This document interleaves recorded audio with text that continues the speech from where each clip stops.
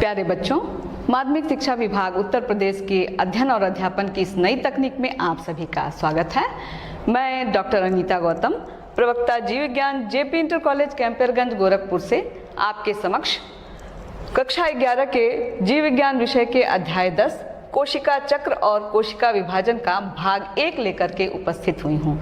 बच्चों, इस अध्याय में हम ये जानेंगे कि कोशिका में वृद्धि और विभाजन किस प्रकार से होता है। बच्चों, इस अध्याय को भली भांति समझने के लिए हम निम्न अध्ययन बिंदुओं को देखेंगे। अध्ययन बिंदु हैं भाग 1 में पहला कोशिका चक्र। बच्चों, कोशिका चक्र में हम कोशिका चक्र की विभिन्न अवस्थाओं को क्रमिक रूप में जानेंगे। कोशिका विभाजन में हम कोशिका विभाजन की प्रक्रिया, प्रकार और महत्व को समझेंगे। समसूत्री विभाजन दैहिक कोशिकाओं में होने वाले इस विभाजन की प्रक्रिया और महत्व को हम विस्तृत रूप में जानेंगे। अगला भाग है भाग 2 अर्धसूत्री विभाजन, जो जनन कोशिकाओं में होता है, और इस विभाजन को हम बाद में विस्तृत रूप में इस पर चर्चा कर लेंगे। तो चलिए शुरू कर लेते हैं। भाग 1 का पहला अध्ययन बिंदु कोशिका चक्र या सेल साइकिल।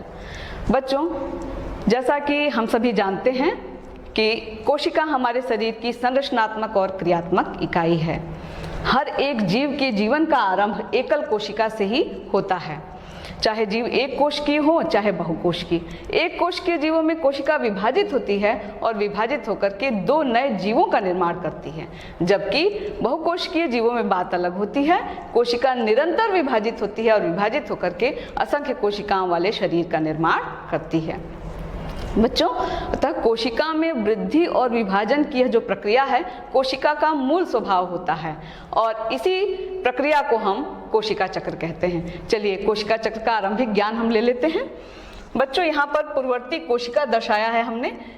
इस पूर्ववर्ती कोशिका में वृद्धि की प्रक्रिया हुई, इसका आकार बढ़ा, इसके अंदर के संघटकों का निर्माण हुआ, आकार में वृद्धि हुई और वृद्धि के बाद कोशिका में विभाजन की प्रक्रिया हुई, जिससे कि संतति कोशिकाएं बनी। अब पूर्ववर्ती कोशिका में वृद्धि से लेकर के विभाजन तक की सारी प्रक्रिया को हम कोशिका चक्र कहते हैं। कोशिका चक्र को हम अन्य शब्दों में कह सकते हैं कि यह घटनाओं का वह अनुक्रम है जिसमें कोशिका अपने जीनोम का द्विगुणन करती है, अन्य संगठनों का संश्लेषण करती है, तत्पश्चात विभाजित होकर के 2 नई संतति कोशिकाओं का निर्माण करती है, जिसे हम कोशिका चक्र कहते हैं। बच्चों, कोशिका चक्र की अवधि अलग अलग जीवों में अलग अलग होती है, लेकिन सामान्यतः मनुष्य में कोशिका चक्र की अवधि 24 घंटे देखी गई है। बच्चों, सर्वप्रथम हार्वर्ड एवं पेल्स ने 1953 में, नाम मैं फिर से बोलूंगी, हार्वर्ड एवं पेल्स ने 1953 में कोशिका चक्र की विभिन्न अवस्थाओं की खोज की थी और उन्होंने यह बताया कि कोशिका चक्र में 2 मूल अवस्थाएं होती हैं। पहली अवस्था अंतरावस्था या इंटरफेज, दूसरी अवस्था विभाजन अवस्था या डिवीजन फेज। बच्चों, अंतरावस्था को पुनः 3 प्रावस्थाओं में उपविभाजित किया गया है।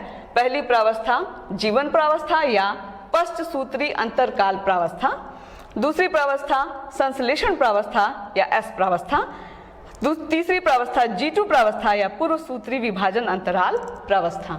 इसी तरह विभाजन अवस्था को भी प्रक्रियाओं के आधार पर 2 घटनाओं में विभाजित किया गया है, केंद्रक विभाजन या कैरियोकाइनेसिस और दूसरा कोशिका द्रव्य विभाजन या साइटोकाइनेसिस।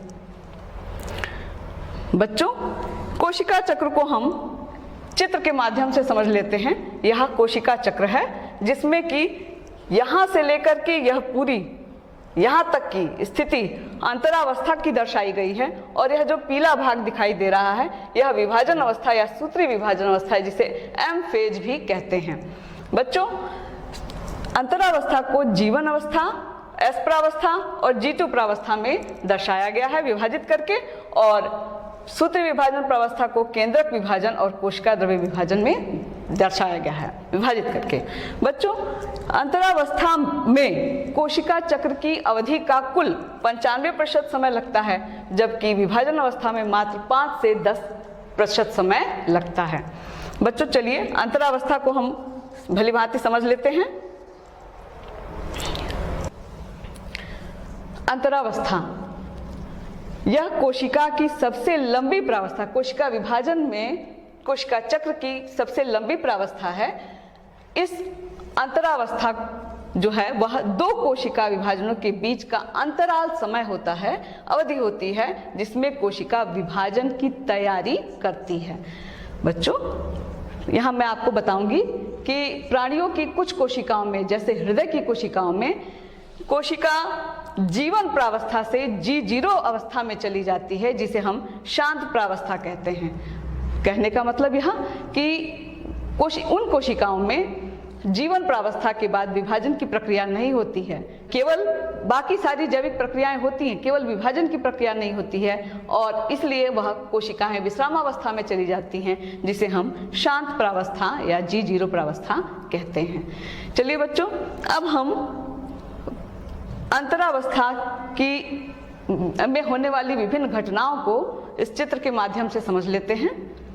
बच्चों, यहाँ जीवन प्रावस्था, ये अंतरावस्था है, जिसमें यह जीवन प्रावस्था, यह संश्लेषण प्रावस्था और ये G2 प्रावस्था है। अब जीवन प्रावस्था में जो बदलाव आते हैं कोशिका के अंदर, वह कि कोशिका के आकार में वृद्धि हो जाती है और कोशिका में प्रोटीन तथा आरएनए का संश्लेषण होने लगता है। अब जब कोशिका एस प्रावस्था या संश्लेषण प्रावस्था में पहुंचती है, तब यहाँ मूल परिवर्तन यह होता है कोशिका के अंदर कि डीएनए की कॉपी होती है या उस डीएनए की मात्रा दोगुनी हो जाती है। अब लेकिन यहाँ ध्यान देने वाली बात है कि डीएनए की मात्रा दोगुनी होती है, गुणसूत्रों की संख्या में वृद्धि नहीं होती है। अब यहाँ मैं आपको बताऊंगी कि जंतु की कोशिकाओं में डीएनए का जब कॉपी होता है, डीएनए की मात्रा जब दोगुनी होती है, ठीक उसी समय तारक काय जो होता है वह भी उसकी भी कॉपी होती है और वह विभाजित होकर के दो तारक काय के रूप में दिखाई देने लगता है। अब जब कोशिका संश्लेषण प्रावस्था पार कर जाती है, तब G2 प्रावस्था में जाती है, और G2 प्रावस्था वह प्रावस्था है जब इसके बाद विभाजन, कोशिका का विभाजन होता है। G2 प्रावस्था में विभाजन की तैयारी होती है और विभाजन के लिए कोशिका के अंदर प्रोटीन, एटीपी और आरएनए का संश्लेषण होता है। G2 प्रावस्था के बाद सूत्री विभाजन की प्रक्रिया होती है या विभाजन की प्रक्रिया होती है, जिसमें पहले केंद्रक विभाजन और तब कोशिका द्रव्य विभाजन होता है। केंद्रक विभाजन में 4 अवस्थाएं आती हैं: पूर्वावस्था, मध्यावस्था, अंत्यावस्था और पश्चावस्था। इसके बाद कोशिका द्रव्य का विभाजन होता है और 2 संतति कोशिकाओं का निर्माण हो जाता है। अब नवनिर्मित इन संतति कोशिकाओं में भी यही प्रक्रिया चलती है, अंतरावस्था आती है और फिर विभाजन की अवस्था आती है, और यह प्रक्रिया सतत रूप में चलता रहता है और इसी को हम कोशिका चक्र कहते हैं। बच्चों, चलिए हम विभाजन अवस्था को समझ लेते हैं। यह विभाजन अवस्था या सूत्री विभाजन अवस्था या डिवीजन फेज, यह G2 प्रावस्था के बाद की प्रावस्था है, जिसमें 5 से कोशिका चक्र का कुल 5 से 10% समय लगता है। इस अवस्था को 2 प्रावस्थाओं में या 2 घटनाओं में बांटा गया है: केंद्रक विभाजन कैरियोकाइनेसिस और कोशिका द्रव्य विभाजन या साइटोकाइनेसिस। बच्चों, इस तरह से कोशिका चक्र को हमने देखा। अब हम अपने अगले अध्ययन बिंदु में चलेंगे और देखेंगे कोशिका विभाजन या सेल डिवीजन। बच्चों, कोशिका विभाजन यह ऐसी जैविक प्रक्रिया है जो कि जिसमें एक कोशिका विभाजित होती है और विभाजित होकर के 2 या 2 से अधिक कोशिकाएं बनाती है। इसे हम कोशिका विभाजन कहते हैं। बच्चों, कोशिका विभाजन को सबसे पहले विर्चाउ ने 1855 में देखा था। फिर से नाम बता दिया जाए कि कोशिका विभाजन को सबसे पहले विर्चाउ ने 1855 में देखा था। अब कोशिका विभाजन वस्तुतः कोशिका चक्र का एक चरण मात्र है। कोशिका चक्र का एक चरण मात्र है जिसमें कि विभाजित होने वाली कोशिका मातृ कोशिका एवं विभाजन के फलस्वरूप बनने वाली कोशिकाएं पुत्री कोशिकाएं या संतति कोशिकाएं कहलाती हैं। चलिए बच्चों, अब हम कोशिका विभाजन के प्रकार को समझ लेते हैं। कोशिका विभाजन के प्रकार। बच्चों, सामान्यतः जीवों में 3 प्रकार के कोशिका विभाजन देखे गए हैं। पहला असूत्री कोशिका विभाजन या एमाइटोसिस, दूसरा समसूत्री कोशिका विभाजन या माइटोसिस और तीसरा अर्धसूत्री कोशिका विभाजन या मियोसिस। बच्चों, असूत्री कोशिका विभाजन जीवाणुओं, नीलहरित शैवाल, खमीर, अमीबा और प्रोटोजोआ जैसी अविकसित कोशिकाओं में होता है। नाम से पता चल रहा है बच्चों कि यह असूत्री कोशिका विभाजन है, अर्थात इसमें गुणसूत्रों का कोई काम नहीं होता है। यह विभाजन सीधा विभाजन है जिसमें कि कोशिका में केंद्रक में पहले दीर्घीकरण होता है, यह डंबल का आकार ले लेता है और साथ ही साथ कोशिका द्रव्य भी डंबल का आकार में आ जाता है और धीरे धीरे कोशिका विभाजित होकर के 2 संतति कोशिकाओं का निर्माण करती है। चलिए बच्चों, अब हम समसूत्री विभाजन देख लेते हैं या माइटोसिस। समसूत्री विभाजन सुविकसित कोशिकाओं वाले सभी जीवों की दैहिक कोशिकाओं में होता है। यह विभाजन सम विभाजन भी कहलाता है। क्यों? क्योंकि इसमें द्विगुणित मातृक कोशिका विभाजित होती है और विभाजित होकर के द्विगुणित पुत्री कोशिकाओं का निर्माण करती है। बच्चों, यहाँ मैं उदाहरण लूंगी मनुष्य का। मनुष्य में दैहिक कोशिकाओं में गुणसूत्रों की संख्या 46 होती है। जब मातृकोशिका विभाजित होती है दैहिक कोशिकाओं की, तब पुत्री कोशिकाएं जो बनती हैं उनमें भी 46 गुणसूत्र ही होते हैं। अतः हम यह कह सकते हैं कि समसूत्री विभाजन को सम विभाजन भी कहा जाता है। चलिए बच्चों, अब हम देख लेते हैं अर्धसूत्री विभाजन या मियोसिस। बच्चों, यह केवल जनन कोशिकाओं या युग्मक बनाने वाली कोशिकाओं में होता है, जिसमें मातृकोशिका, द्विगुणित मातृकोशिका, कौन सी? जनन कोशिका, इसमें विभाजन होता है और विभाजन के बाद 4 पुत्री कोशिकाएं बनती हैं जो कि अगुणित होती हैं। यहाँ NN से दर्शाया गया है, इसका मतलब कि इसमें एक ही सेट ऑफ क्रोमोसोम होते हैं। यह अगुणित पुत्री कोशिकाएं हैं। यहाँ मैं फिर से उदाहरण लूंगी मनुष्य का। मनुष्य के जनन कोशिकाओं में, द्विगुणित जनन कोशिकाओं में 46 गुणसूत्र होते हैं। जब अर्धसूत्री विभाजन की प्रक्रिया होती है तब 23 गुणसूत्रों वाले 4 पुत्री कोशिकाओं का निर्माण होता है, जिन्हें हम युग्मक कहते हैं। चलिए बच्चों, ये तो हो गया कोशिका विभाजन का प्रकार। अब हम देख लेते हैं कोशिका विभाजन का महत्व। बच्चों, कोशिका विभाजन बहुत ही महत्वपूर्ण घटना है जिसके द्वारा जीवों के आकार में वृद्धि होती है। जनन द्वारा जीवों की संख्या में वृद्धि होती है। जितने भी जीव हमको दिखाई देते हैं उनकी संख्या इस कोशिका विभाजन के द्वारा ही बढ़ती है। नई पीढ़ियों की उत्पत्ति द्वारा जाति का अस्तित्व बना रहता है। इसे ही जीवन की निरंतरता या कंटिन्यूटी ऑफ लाइफ कहते हैं। बच्चों, कोशिका विभाजन के द्वारा ही नई पीढ़ियां बनती हैं और जाति का अस्तित्व बना रहता है। अगला हमारा जो महत्व है कोशिका विभाजन का, वह है संतति कोशिकाओं में जीन और गुणसूत्रों का वितरण पीढ़ी दर पीढ़ी नियमित रूप से बना रहता है। अर्थात माता पिता में जो गुणसूत्र होते हैं जितने, उतने ही बच्चों में भी या संततियों में भी उतने ही गुणसूत्र नियमित रूप से बने रहते हैं। तो यह कोशिका विभाजन का महत्व है। अब चलिए हम अपने अगले अध्ययन बिंदु को देख लेते हैं, वह है समसूत्री विभाजन या माइटोसिस। बच्चों, समसूत्री विभाजन प्राणियों में द्विगुणित या डिप्लॉयड कोशिकाओं में और पादपों में या पौधों में अगुणित और द्विगुणित दोनों में होता है। बच्चों, वाल्टर फ्लेमिंग ने, नाम मैं फिर से कहूंगी, वाल्टर फ्लेमिंग ने 1882 में समसूत्री विभाजन को खोजा और इन्होंने यह बताया कि समसूत्री विभाजन में 2 अवस्थाएं होती हैं। पहला केंद्रक विभाजन या कैरियोकाइनेसिस और दूसरा कोशिका द्रव्य विभाजन या साइटोकाइनेसिस। केंद्रक विभाजन में एक केंद्रक से 2 केंद्रकों का निर्माण होता है और कोशिका द्रव्य विभाजन में एक कोशिका विभाजित होकर के 2 संतति कोशिकाएं बनाती है। बच्चों, चलिए समसूत्री विभाजन की प्रक्रिया को हम रेखा चित्र द्वारा समझते हैं। यह समसूत्री विभाजन का रेखा चित्र है जिसमें दर्शाया गया है कि कोशिका के जो घटनाएं हैं, कोशिका समसूत्री विभाजन की घटनाएं वो किस प्रकार से होती है। यह समसूत्री विभाजन में 2 घटनाएं, केंद्रक विभाजन और कोशिका द्रव्य विभाजन। केंद्रक विभाजन में पहली घटना अंतरावस्था और उसके बाद विभाजन अवस्था। अंतरावस्था को हमने अभी कोशिका चक्र में विस्तृत रूप में जाना है। अब विभाजन अवस्था को हम देख लेते हैं। विभाजन अवस्था में पहली घटना पूर्वावस्था, पहली अवस्था जो आती है वो पूर्वावस्था, दूसरी मध्यावस्था, तीसरी अवस्था पश्चावस्था और चौथी अंत्यावस्था।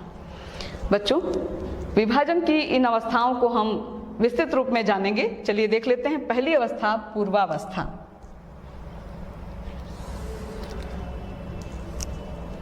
पूर्वावस्था या प्रोफेज। बच्चों, यहाँ मैं पूर्वावस्था शुरू करने से पहले आपको बताऊंगी कि कोशिका जब सामान्य स्थिति में होती है, अर्थात जब कोशिका का विभाजन नहीं हो रहा होता है, तब जो केंद्रीय पदार्थ है या गुणसूत्रीय पदार्थ वह कोशिका के अंदर केंद्रक में बाल के उलझे हुए गुच्छे के समान दिखाई देता है, जिसे हम क्रोमेटिन जाल कहते हैं। बच्चों, जब कोशिका का विभाजन शुरू होता है तब यही क्रोमेटिन जाल धीरे धीरे संघनित होकर के छोटे मोटे और स्पष्ट गुणसूत्रों का रूप ले लेते हैं। बच्चों, चलिए आपको इस पूर्वावस्था के चित्र को हम दिखाते हैं। यह चित्र जंतु कोशिका का चित्र है, जिसमें कि ये दो बिंदु दिखाई दे रहे हैं। ये जो दो बिंदु हैं वह तारक काय या सेंट्रियोल है, जो विभाजन से पहले अंतराल अवस्था में संश्लेषण प्रावस्था के समय जब डीएनए की कॉपी हो रही होती है, उसी समय जंतु कोशिका के अंदर तारक काय की भी कॉपी हो जाती है, और जो पूर्वावस्था में हमें दिखाई देते हैं ये जो तारक काय हैं ये विपरीत ध्रुवों की तरफ जाने लगते हैं। बच्चों, यहाँ हमें तारक काय से यहाँ पीली रेखा आपको दिखाई दे रही है निकली हुई, ये पीली रेखा। यह पीली रेखा, इस पीली रेखा को हम तर्कतंतु या स्पाइंडल फाइबर कहते हैं।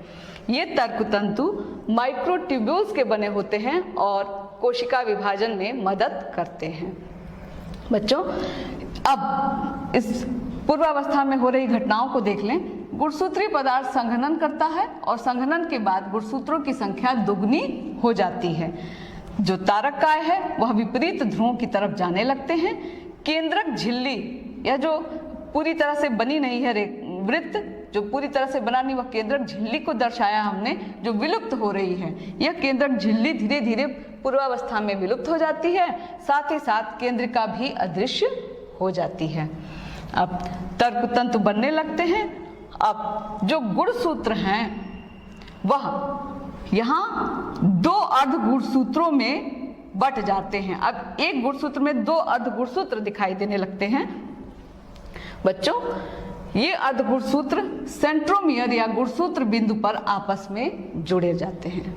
बच्चों, यह प्रोफेज की अवस्था है या पूर्वावस्था की अवस्था। अब हम आगे चलते हैं और बात करते हैं मध्यावस्था की। मध्यावस्था या मेटाफेज। बच्चों, यह कोशिका विभाजन की सबसे कम समय तक रहने वाली अवस्था है, जिसमें सबसे पहले हम इस चित्र को ध्यान से देखें। इसमें यह नीली रेखा आपको सीधी रेखा दिखाई दे रही है, नीली सीधी रेखा, इसको मध्य रेखा कहते हैं और यह मध्य रेखा मध्यावस्था पट्टिका कहलाती है। बच्चों, यह इस मध्यावस्था पट्टिका पर जो गुणसूत्र होते हैं वह आकर के लग जाते हैं, पंक्तिबद्ध विन्यसित हो जाते हैं। इस पर गुणसूत्रों के गुणसूत्र बिंदु पर काइनेटोकोर होते हैं, बिंब के आकार के काइनेटोकोर होते हैं। इन काइनेटोकोर से, यहाँ काइनेटोकोर दर्शाया गया है, काइनेटोकोर में से ये तर्कतंतु आकर के जुड़ जाते हैं। जो पीली रेखा में तर्कतंतु हैं, ये गुणसूत्र बिंदुओं, ये काइनेटोकोर से आकर के जुड़ जाते हैं। अब जो गुणसूत्र के गुणसूत्र बिंदु हैं वह मध्यावस्था पट्टिका पर जुड़ जाते हैं और जो अर्ध गुणसूत्रों की जो भुजाएं हैं वो ध्रुवों की ओर दिखाई देने लगती हैं। बच्चों, इस अवस्था में मध्यावस्था की अवस्था जो है वह बहुत ही महत्वपूर्ण इसलिए हो जाती है क्योंकि इस अवस्था में हम गुणसूत्रों की गिनती कर सकते हैं या काउंटिंग कर सकते हैं। अब परीक्षाओं में प्रश्न पूछा जाता है कि कोशिका विभाजन की किस अवस्था में हम गुणसूत्रों की गिनती कर सकते हैं, तो उत्तर होगा कि मध्यावस्था की स्थिति में हम गुणसूत्रों की गिनती कर सकते हैं। तो यह गुणसूत्र यह मध्यावस्था है जिसमें कि गुणसूत्र मध्यावस्था पट्टिका पर लग जाते हैं। अब अगला जो हमारा अवस्था है वह देख ले हम, पश्चावस्था या एनाफेज। बच्चों, चित्र की तरफ हम ध्यान दिलाएंगे आपका। यहाँ जो अर्ध गुणसूत्र हैं वह ध्रुवों की ओर जाने लगते हैं। यह जो गुणसूत्र हैं वो आधे आधे बट गए, विभाजित हो जाते हैं, गुणसूत्र बिंदु से विभाजित हो जाते हैं और ध्रुवों की ओर तर्क तंतुओं की सहायता से ये ध्रुवों की ओर, विपरीत ध्रुवों की ओर जाने लगते हैं। बच्चों, अब इस पश्चावस्था की स्थिति में गुणसूत्र बिंदुओं की स्थिति के अनुरूप गुणसूत्र, ये जो अर्ध गुणसूत्र हैं, ये अंग्रेजी की वर्णमाला जे, वी और एल की आकृति में दिखाई देते हैं।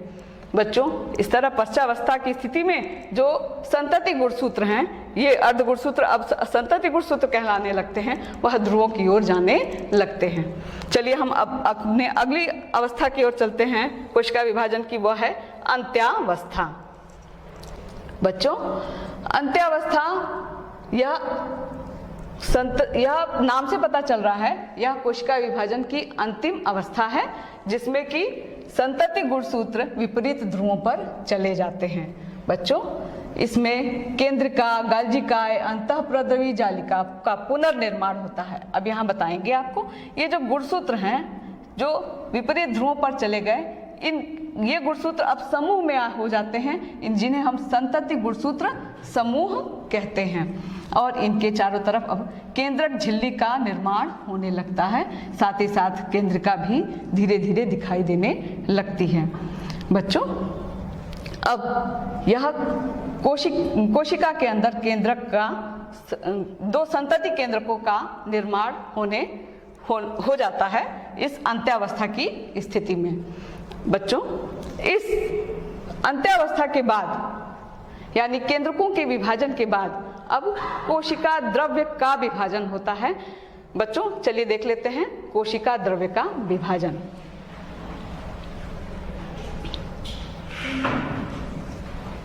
कोशिका द्रव्य का विभाजन या साइटोकाइनेसिस।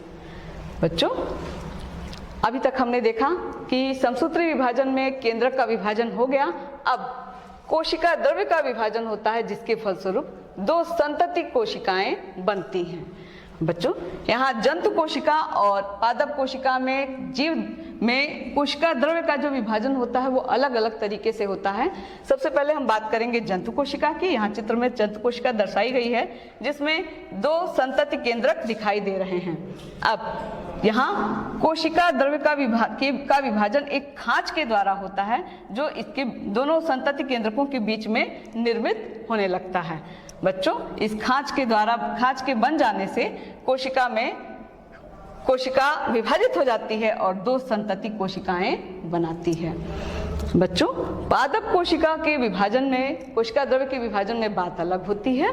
यहाँ पादप कोशिका के अंदर दोनों संतति केंद्रकों के बीच में कोशिका पट्टी या फ्रेगमोप्लास्ट का निर्माण होता है जिसकी वजह से कोशिका दो संतति कोशिकाएं बनाती है। तो बच्चों, इस तरह से एक समसूत्री विभाजन द्वारा एक कोशिका का दो संतति कोशिकाओं में विभाजन हो जाता है। चलिए देख लेते हैं हम सूत्री विभाजन का महत्व। बच्चों, समसूत्री विभाजन बहुत ही महत्वपूर्ण घटना है जो कि एक कोशिकीय जीवों में समसूत्री विभाजन के द्वारा, जैसे अमीबा, युग्लिना आदि में अलैंगिक जनन की प्रक्रिया होती है। बच्चों, जीवों में विकास और वृद्धि की प्रक्रिया भी सूत्री विभाजन के द्वारा ही होती है। बच्चों, यहाँ हमने उदाहरण दिया है, युग्मनज से भ्रूण, भ्रूण से शिशु, शिशु से वयस्क का निर्माण होता है। यहाँ मैं आपको बताऊंगी कि मनुष्य के जीवन का आरंभ एकल कोशिका से यानी कि युग्मनज से शुरू होता है। इस युग्मनज में कोशिकाओं का विभाजन होता है और वह भ्रूण का रूप ले लेता है। भ्रूण में भी कोशिकाओं का विभाजन होता रहता है और वह शिशु का रूप ले लेता है। शिशुओं में कोशिकाओं का निरंतर विभाजन होता है और हमें वयस्क के रूप में वह युग्मनज वयस्क के रूप में दिखाई देने लगता है। तो इस तरह से हम यह कह सकते हैं कि सूत्री विभाजन द्वारा जीवों में विकास एवं वृद्धि की प्रक्रिया होती है। बच्चों, अगला हमारा जो कोशिका समसूत्री विभाजन का महत्व है वह है क्षतिग्रस्त कोशिकाओं का विस्थापन तथा मरम्मत। बच्चों, आपने देखा होगा कभी कभी चोट लग जाती है। चोट लग जाने पर जिस जगह पर चोट लगती है वहाँ की कोशिकाएं क्षतिग्रस्त हो जाती हैं या खराब हो जाती हैं और धीरे धीरे वह कोशिकाएं पस के माध्यम से बाहर निकाल दी जाती हैं और उसकी जगह पर नवनिर्मित कोशिकाएं, समसूत्री विभाजन द्वारा नवनिर्मित कोशिकाएं उस जगह को भर देती हैं और इस तरह से हम कह सकते हैं कि समसूत्री विभाजन क्षतिग्रस्त कोशिकाओं का विस्थापन तथा मरम्मत करता है। बच्चों, अगला महत्व है पुनरुद्भवन या रीजनरेशन। बच्चों, पुनरुद्भवन की घटना बहुत साधारण सा एग्जाम्पल, उदाहरण छिपकली। बच्चों, आपने देखा होगा छिपकली की पूंछ कट जाती है और धीरे धीरे वह फिर से बन जाती है। यहाँ पूंछ का निर्माण समसूत्री विभाजन की प्रक्रिया द्वारा धीरे धीरे पुनः पूंछ, छिपकली की पूंछ बन जाती है। इसको हम पुनरुद्भवन कहते हैं। अतः पुनरुद्भवन की प्रक्रिया जैसे हाइड्रा में, इन सब में भी यह पुनरुद्भवन की प्रक्रिया समसूत्री विभाजन द्वारा ही संभव होती है। अगला जो महत्व है वह है कोशिकीय उपापचय का। समसूत्री विभाजन कोशिकीय उपापचय में किस प्रकार मदद करता है? सबसे पहले कोशिकीय उपापचय को समझें। बच्चों, जितनी भी जैविक क्रियाएं हम जीवों में होती है, सभी जीवों में होती हैं, वो सारी क्रियाएं एक कोशिका के अंदर भी होती हैं। इसी को कोशिकीय उपापचय कहते हैं। अब जब कोशिका में वृद्धि की प्रक्रिया हो रही होती है तब, यानी कि अंतराल अवस्था में, कोशिका द्रव्य में भी वृद्धि होती है, जिससे कि केंद्रक और कोशिका द्रव्य के बीच का संतुलन बिगड़ जाता है।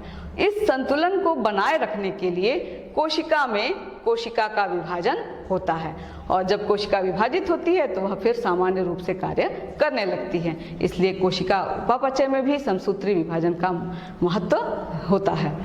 चलिए बच्चों, इसी के साथ ही यह भाग समाप्त होता है।